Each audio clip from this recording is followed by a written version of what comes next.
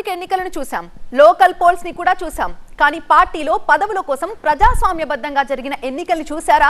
Party కార్యకర్తలు క్యూలో నిలబడి మరి తమకు నచ్చిన వాళ్లకు ఓటు వేసి నేతలుగా ఎన్నుకోవటం ఎక్కడైనా ఎన్నడైనా చూసామా, విన్నామా?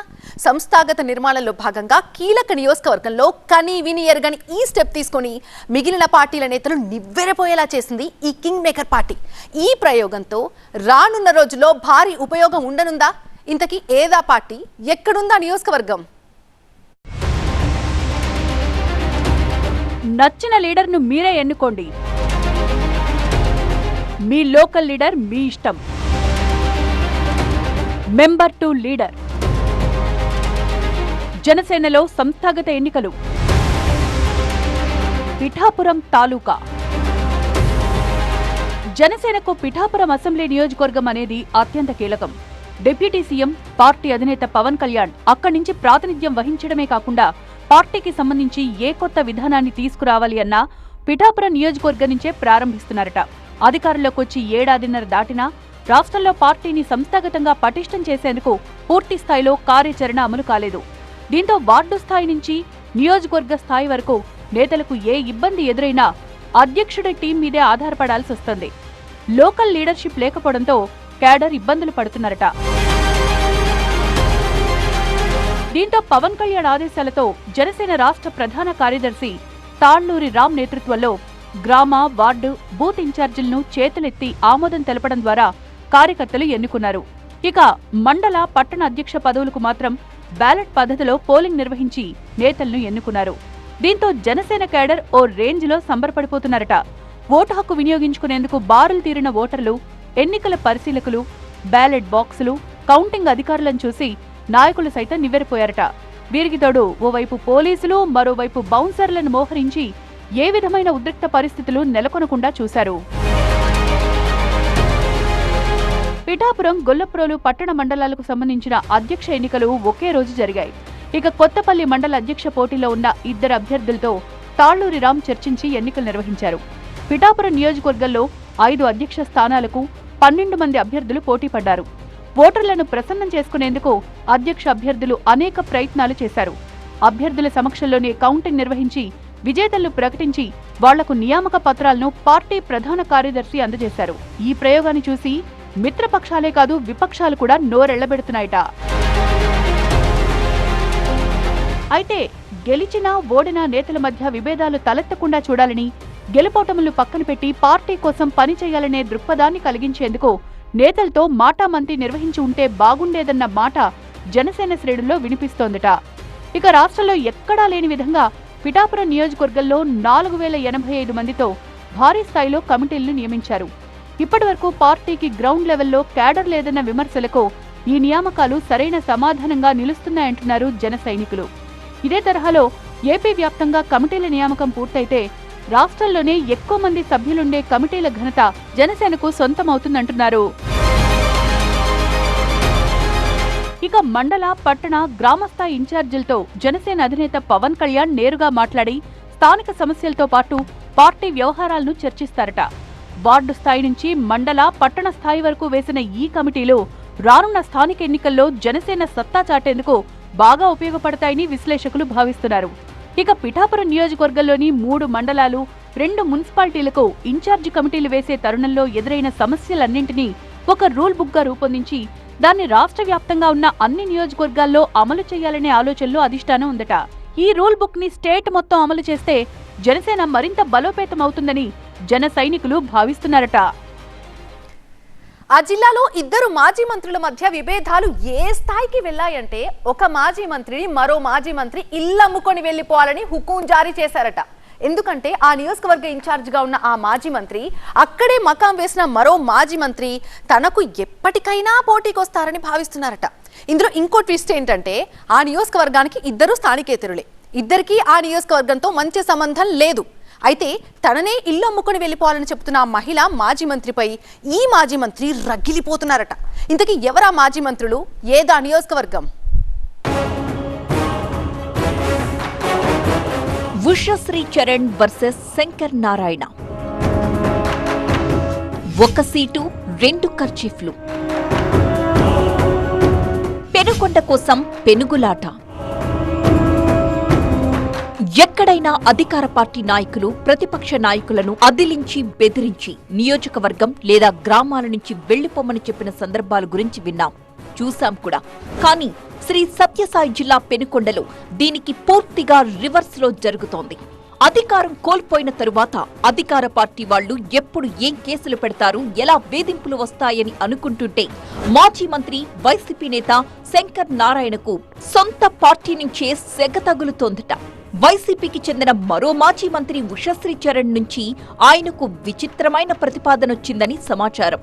2019 ఎన్నికల్లో పెనుకొండ అసెంబ్లీ నియోజకవర్గం నుంచి ఎమ్మెల్యేగా గెలిచిన శంకర్ నారాయణ జగన్ కేబినెట్లో మంత్రిగా పనిచేశారు.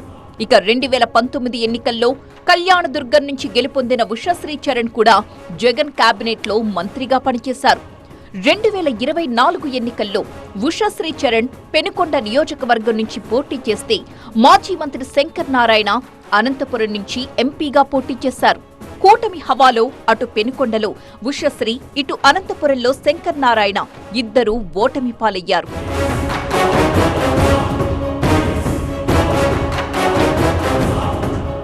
ఎంపీగా పోటీ చేసి ఓడిపోయిన శంకర్ నారాయణ ఇక అనంతపురంతో మనకేం పని అనుకుని తన మకాం పెనుకొండకు మార్చారు. కానీ మాజీ మంత్రి ఉషశ్రీ చరణ్ పెనుకొండ ఇన్ఛార్జిగా కొనసాగుతూనే సత్యసాయి జిల్లా అధ్యక్ష బాధ్యతల్ని చేపట్టారు. ఉషశ్రీ చరణ్, శంకర్ నారాయణ ఇద్దరూ కూడా పెనుకొండలోనే మకాం వేయడంతో వాళ్ల మధ్య ఆధిపత్య పోరు పెరిగిపోయింది. కళ్యాణదుర్గంలో తన ఇంటిని అమ్మి పూర్తిగా పెనుకొండ రాజకీయాలపై మాజీ మంత్రి ఉషశ్రీ చరణ్ దృష్టి పెట్టారు. ఈ నేపథ్యంలో శంకర్ నారాయణ ఎప్పటికైనా తనకు కంట్లో నలుసుగా మారతారని భావించిన ఉషశ్రీ నియోజకవర్గంలో శంకర్ నారాయణ ఉండడానికి వీల్లేదంటున్నారట. ఇప్పటికే ఇల్లు కట్టుకుని పెనుకొండలో ఉంటున్న శంకర్ నారాయణను ఇల్లు అమ్మేసుకుని వెళ్లిపోవాలని ఉషశ్రీ చరణ్ హుకుం జారీ చేశారట. ఇదే విషయాన్ని వైసీపీ పెద్దలతో కూడా శంకర్ నారాయణకు ఆమె చెప్పించారన్న ప్రచారం జరుగుతోంది. 2019 ఎన్నికల్లో తాను ప్రాతినిధ్యం వహించిన పెనుకొండ నియోజకవర్గంలో ఇప్పుడు ఉషశ్రీ చరణ్ పాగా వేయడంతో పాటు ఏకంగా ఇంటినే అమ్ముకుని వెళ్లిపోవాలని తనకే చెప్పడాన్ని శంకర్ నారాయణ జీర్ణించుకోలేకపోతున్నారంటున్నారు. దీనికి తోడు వీళ్ళిద్దరి మధ్య 2 వర్గాలుగా క్యాడర్ చీలిపోవడం వైసీపీ అధిష్టానానికి మరో తలనొప్పి తెచ్చిపెడుతోందని టాక్. వాస్తవానికి మాజీ మంత్రులు శంకర్ నారాయణ, ఉషశ్రీ చరణ్ ఇద్దరూ పెనుకొండ నియోజకవర్గానికి స్థానికేతరులే. ఉషశ్రీ కర్ణాటకకు చెందినవారు కాగా శంకర్ నారాయణ ధర్మవరం పట్టణానికి చెందినవారు. ఇక ఉషశ్రీకి వైసీపీ అధిష్టానం నుంచి గట్టి ఆశస్సులు ఉన్నట్టే కనిపిస్తోందంటున్నారు. దీంతో అటు ధర్మవరం తిరిగి వెళ్లలేక, పెనుకొండలో ఉషశ్రీ చరణ్ ఒత్తిడి తట్టుకోలేక ఏం చెయ్యాలో దిక్కుతోచని స్థితిలో ఉన్నారు మాజీ మంత్రి శంకర్ నారాయణ. సన్నిహితుల దగ్గర తన ఆవేదన వెళ్లబోసుకున్నారట. ఇక రాబోయే ఎన్నికల్లో పెనుకొండ టికెట్ ని తన భర్తకిప్పించుకోవాలని, తాను హిందూపురం ఎంపీగా పోటీ చేయాలని ఉషశ్రీ చరణ్ పావులు కదుపుతున్నారట. ఇక శంకర్ నారాయణ రాబోయే ఎన్నికల్లో తనకు హిందూపురం ఎంపీ టికెట్ ఇస్తే పెనుకొండ గురించి ఆలోచించనని వైసీపీ అధిష్టానం దగ్గర తన మనసులో మాట చెప్పారట. అయితే ఉషశ్రీ చరణ్ కూడా హిందూపురం ఎంపీ టికెట్ అడుగుతున్నట్టు చెబుతున్నారు. భవిష్యత్తులో హిందూపురం సెంటర్గా ఈ మాజీ మంత్రుల మధ్య మళ్లీ లడాయి స్టార్ట్ అయ్యే ఛాన్స్ ఉంది అంటున్నారు. అయితే అటు సొంత నియోజకవర్గం ధర్మవరం వెళ్లలేక, ఇటు పెనుకొండలో ఉండలేక తన రాజకీయ భవిష్యత్ అగమ్యగోచరంగా మారిందని శంకర్ నారాయణ వాపోతున్నారు. ఎన్నికలకు ముందు ఆ జిల్లాలో 3 పార్టీల మధ్య సమన్వయ కమిటీ భేటీ జరిగింది. అయితే అధికారంలోకి వచ్చాక దాని ఊసేయలేదట. సంగతి ఏంటంటే సమన్వయ కమిటీ మీటింగ్ పై 3 పార్టీల నేతల మధ్య సమన్వయమే కుదరడం లేదట. కూటమిలో జూనియర్ పార్ట్నర్స్ అయినా తమకు ఏ కార్యక్రమాల్లో కూడా ప్రాధాన్యత ఇవ్వటం లేదని మిగిలిన 2 పార్టీలు పెద్దపాటిపై రుసరుసలాడుతున్నాయట. కనీసం సమన్వయ కమిటీ భేటీ పెట్టండయ్యా, సమస్యలు చర్చించుకుందాం అంటే కూడా కూటమిలో బడే భాయ్ పట్టించుకోవడం లేదట. దీంతో చోటే భాయ్లు మండిపడటమే కాదు, లోకల్ వార్లో తమ సత్తా చాటేందుకు ఉమ్మటి జెండాను పక్కన పెట్టి సొంత అజెండాలకు తెరలేపుతున్నారట. ఇది కాస్త కూటమి పార్టీల మధ్య గ్యాప్ తెచ్చిందట. ఇంతకీ ఏదా జిల్లా? ఎన్నికలకు ముందు ఒకే మాట ఒకే బాట, అధికారం వచ్చాక ఎవరికి వారే యమునా తీరే. సమన్వయ కమిటీపై కుదరని సమన్వయం, సిక్కోలు చిత్రం, సొంత అజెండాల విచిత్రం. ఉత్తరాంధ్రలోని ఉమ్మడి శ్రీకాకుళం జిల్లాలో టీడీపీ జనసేన మధ్య అస్సలు పోసగడం లేదట. కూటమి అధికారంలోకి వచ్చినప్పటి నుంచి జిల్లాలో టీడీపీ జనసేన బీజేపీ నేతలు ఎవరికి వారు యమునా తీరే అన్నట్టుగా ప్రయాణం చేస్తున్నారట. 2024 ఎన్నికలకు ముందు టీడీపీ జనసేన బీజేపీ నేతల మధ్య శ్రీకాకుళంలో సమన్వయ కమిటీ సమావేశం జరిగింది. అయితే అన్ని అంశాల్లో చర్చించుకుని సమన్వయంతో ముందుకు వెళ్దామని మూడు పార్టీల నేతలు తీర్మానం చేశారు. ఆ సమావేశం జరగడానికి ఎంపీ రామ్మోహన్ నాయుడు చొరవ తీసుకున్నారు. అయితే జిల్లాలో మూడు పార్టీల మధ్య మొదటి చివరి సమన్వయ కమిటీ భేటీ కూడా అదేనట. అయితే కూటమి అధికారంలోకి వచ్చాక టీడీపీ జనసేన బీజేపీ నేతలు పెద్దగా కలిసింది లేదు, సమావేశమైంది లేదు. పైగా జిల్లాలోని మూడు పార్టీల నేతల మధ్య ఏర్పడ్డ గ్యాప్ అలాగే కంటిన్యూ అవుతోందట.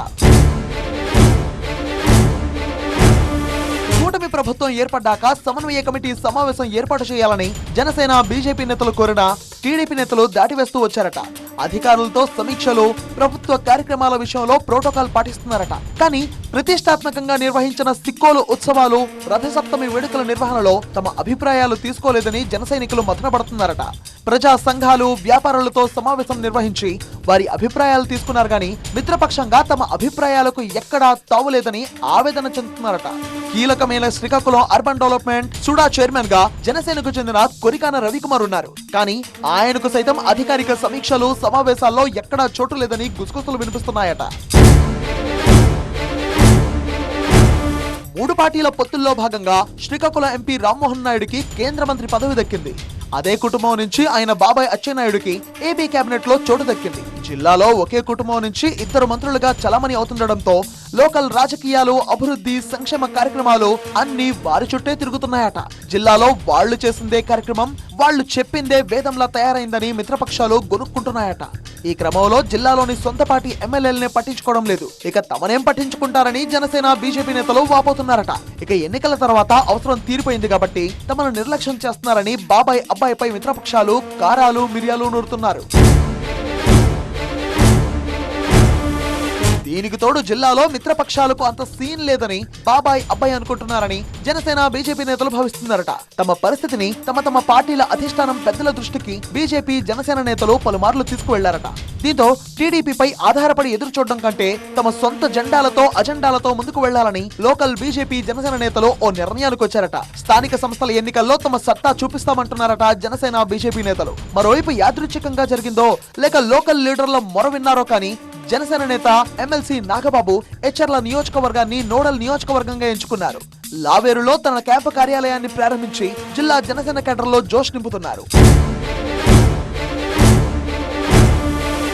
చినుకు పడితే చిత్తడిగా మారుతున్న శ్రీకాకుళం ఆర్టీసీ కాంప్లెక్స్ ను కొద్ది నెలల క్రితం నాగబాబు పరిశీలించారు. ఆ తర్వాత మడ్డువలస కాల్వ పనులను పరిశీలించి స్థానిక రైతులతో భేటీ అయ్యారు. ఈ రెండు కార్యక్రమాలకు స్థానిక ఎమ్మెల్యేలకు సమాచారం ఇవ్వకుండానే నాగబాబు పర్యటించారు. దీనిపై అప్పట్లో టీడీపీ నేతల నుంచి విమర్శలు వినిపించాయి. వాళ్ల అభ్యంతరాలను పట్టించుకోకుండా తమ పని తాము చేసుకుపోతున్నారట జన సైనికులు. మరోవైపు మంత్రి నాదెండ్ల మనోహర్ కూడా జిల్లాలో అధికారిక పర్యటనలు, సమీక్షలు నిర్వహిస్తూ జిల్లాలో జనసేన ఉనికిని చాటుతున్నారు. ఇలా నాగబాబు, నాదెండ్ల మనోహర్ తమ పర్యటనల ద్వారా జిల్లా పార్టీ కేడర్ కు దిశానిర్దేశం చేస్తున్నారట. అటు జిల్లా బీజేపీ శ్రేణులు సైతం ఉమ్మడి జెండాను పక్కన పెట్టి సొంత అజెండాతో జనంలోకి వెళ్తున్నారు. సమస్యల పరిష్కారం పేరుతో ప్రతి సోమవారం ప్రజల నుంచి వినతి పత్రాలు స్వీకరిస్తున్నారు. స్పందన కార్యక్రమంలో వాటిని జిల్లా కలెక్టర్ దృష్టికి తీసుకువెళ్లి పరిష్కారానికి కృషి చేస్తున్నారు. మరోవైపు పాలకొండలో TDP incharge Padala Bhudevi, Janasena MLA Nimmaka జయశంకర్ల మధ్య ఉప్పు నిప్పులా మారిందట పరిస్థితి. అక్కడ ఇరు పక్షాలు ఒకరిపై మరొకరు బహిరంగంగా ఆరోపణలు చేసుకుంటూ రోడ్డెక్కుతున్నారు. అక్కడ మంత్రి అచ్చెన్నాయుడు తెర వెనుక నుంచి రాజకీయాలు నడుపుతున్నారనే ఆరోపణలు వినిపిస్తున్నాయట. మిత్రపక్షాలతో గ్యాప్ పెరగడం, వాళ్లు సొంతంగా అడుగులు వేస్తున్న నేపథ్యంలో జిల్లాలో టీడీపీ పెద్దలు ఇకనైనా జనసేన బీజేపీలను కలుపుకొని వెళ్తారా లేక ఈ గ్యాప్ మరింత పెరుగుతుందా అనేది రాజకీయ వర్గాల్లో చర్చగా మారింది.